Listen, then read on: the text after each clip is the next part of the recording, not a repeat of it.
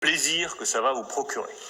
Je le dis avec beaucoup de conviction parce que j'ai moi-même des enfants, j'en ai un qui est lycéen, et c'est devenu un combat la lecture. Et je veux juste dire à tous ceux qui nous écoutent que ce combat, nous le menons avec Marc Lacharière, avec Luce Perrault, avec Éric Reynard qui est présent, avec tous les journalistes qui sont présents ici et qui écrivent. C'est pas pour vous ennuyer, c'est pas pour faire des leçons de morale. C'est pas pour vous obliger à faire des activités qui seraient pénibles. C'est parce que, je le redis, la lecture est un immense plaisir. Qu'elle va développer votre imagination. Qu'elle va vous permettre de vous ouvrir à des mondes radicalement nouveaux dans lesquels vous ne seriez pas entré sans les mots. Qu'elle va vous permettre de mieux comprendre qui vous êtes. De mettre des mots sur des choses que vous ressentez et que vous ne savez même pas de vous-même.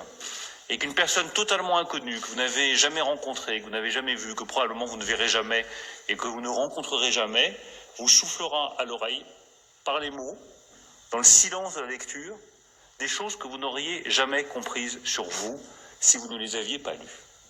On apprend plus sur son désir d'aventure en lisant Robinson Crusoe qu'en partant au voyage. On apprend plus sur le désir et la jalousie qui peut animer le désir et qui est souvent à la base du désir, en lisant Albertine retrouvée ou La prisonnière, qu'en faisant soi-même l'expérience. Et quand on souffre soi-même de jalousie, parce qu'on aime quelqu'un qui ne vous aime pas ou qui est aimé par quelqu'un d'autre, eh bien, il suffit de lire Proust pour comprendre ce que c'est que ce sentiment, de mettre des mots dessus, et ces mots vont vous apaiser. Ces mots vont vous apaiser parce que vont vous faire comprendre que vous faites partie d'une collectivité qui ressent les mêmes choses et que vous n'êtes pas tout seul. Et c'est ça la singularité de la lecture. C'est que c'est une activité solitaire qui vous ouvre au reste du monde. Vous êtes seul et vous n'êtes jamais autant avec tous les autres que lorsque vous lisez un livre.